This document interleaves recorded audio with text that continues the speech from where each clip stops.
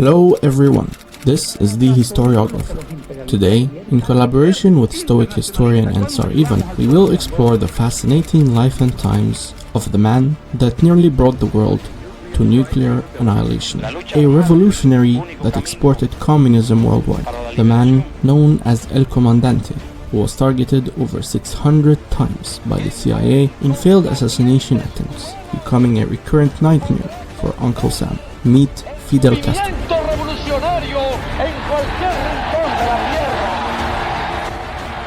Post the Bay of Pigs incident, Castro increased relations with the Soviet Union by accepting further economic and military aid. As a result, in October 1962, the world was driven to the brink of nuclear war. Hoping to halt efforts at another U.S. invasion of Cuba and to respond to U.S. Jupiter missiles that were placed in Turkey, Castro and the then Soviet Premier Nikita Khrushchev decided to place nuclear missiles capable of striking all of the mainland U.S., barring Washington state, in Cuba. When an American U-2 reconnaissance plane discovered a missile-based construction site, sheer panic spread in the White House, and President Kennedy responded by demanding the removal of all the missiles. For over 13 nerve-wracking days of back-channel communications between Khrushchev and Kennedy and their agents, where the world came to a button's press away from total nuclear war and annihilation, the Soviets agreed to remove the missiles in exchange for the United States' agreement not to invade Cuba. Similarly, the Kennedy administration also agreed to secretly remove the Jupiter missiles from Turkey.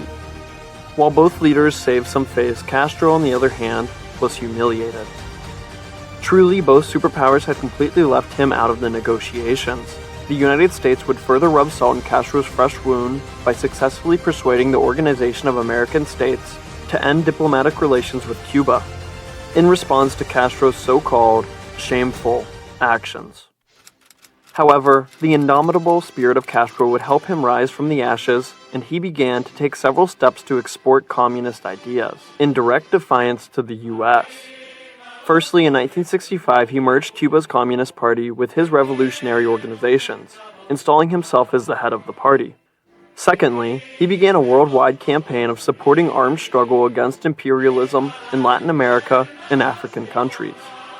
Thirdly, in 1966 and 67, Castro founded various revolutionary organizations to promote anti-imperialist ideas across the world. Fourthly, in the 1970s, Castro continued to promote pro-Soviet forces in Angola, where Cuban forces would even directly intervene against anti-communist and South African forces in Ethiopia and in Yemen. Yet, in the grand scheme of things, said expeditions proved unsuccessful and put an unnecessary strain on the Cuban economy. Castro had been credited with opening 10,000 new schools and improving literacy rates to nearly 98%.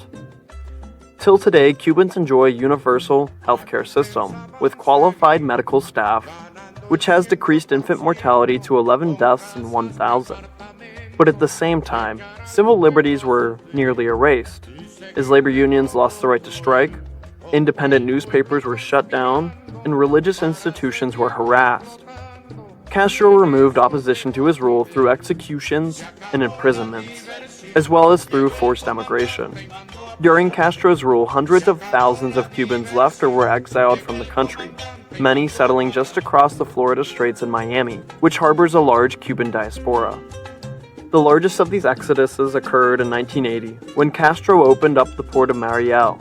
All in all, nearly 120,000 Cubans left their homeland in 1980 to find sanctuary in the United States. After the 1991 collapse of the Soviet Union, Cuba's economy went into a spiral, and Castro's revolution efforts began to lose momentum. Without cheap oil imports and an eager Soviet market for Cuban sugar and other goods, Cuban unemployment and inflation grew. Yet Castro was very adept at keeping control of the government during dire economic times. He pressed the United States to lift the economic embargo, but they refused. Castro then adopted a quasi-free market economy and encouraged international investment by, among others, promoting tourism. He also legalized the US dollar, and in 1996 he visited the United States to invite Cuban exiles living there to return to Cuba and start businesses. The suffocating economic sanctions caused various goods, electricity, and oil shortages, further worsening the country's economy. With the fuel supply running dangerously low, Castro ordered 118 factories to be closed and sent thousands of Cuban doctors to Venezuela by the early 2000s in exchange for oil imports. In the late 1990s, speculation began to rise over Castro's age and well-being. Numerous health problems have been reported over the years, the most significant occurring in 2006 when Castro underwent surgery for gastrointestinal bleeding. In a dramatic announcement the same year, Castro designated his brother Raul as the country's temporary leader. Raul has served as Castro's second-in-command for decades. Finally, in 2008, 81-year-old Castro permanently gave up the Cuban presidency due to his deteriorating physical condition, and he handed over power to Raul, who was 76 years old at the time. In his retirement, Castro published his autobiography, My Life, in 2000. Which offers a fascinating insight into the mind of the commander-in-chief, where his autobiography was used in this video. Though not involved in the day-to-day affairs of running Cuba, Castro still maintained a certain degree of political influence, both at home and abroad. However, when Obama became the first sitting American president to visit Cuba in almost 90 years, he did not meet with Castro, who later denounced the Goodwill Mission in his column, citing mistrust of U.S. motivations and writing, quote, "We don't need the empire to gift us anything." Castro died on November 25, 2016, at the age of 90 of natural causes. His brother and successor Raul made the heartbreaking announcement of his death on Cuban state television. Following Castro's death, Cuba declared 9 days of mourning. Thousands of Cubans lined up to pay tribute to their leader in Havana. Finally, on December 4, 2016, Castro's remains were buried at the Santa Ifigenia Cemetery in Santiago. While there was mourning in Havana, Cuban exiles around the world celebrated the death of the man they believed was a tyrant, who was responsible for killing and imprisoning thousands of Cubans and separating generations of families.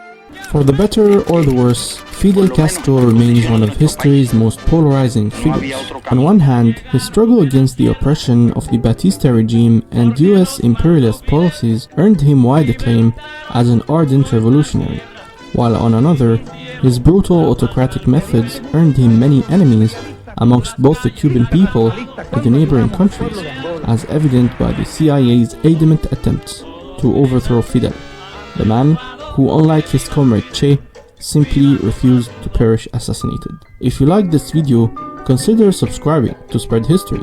This has been the historiographer in collaboration with Stoic historian Ansar Ivan. For now, have a good one.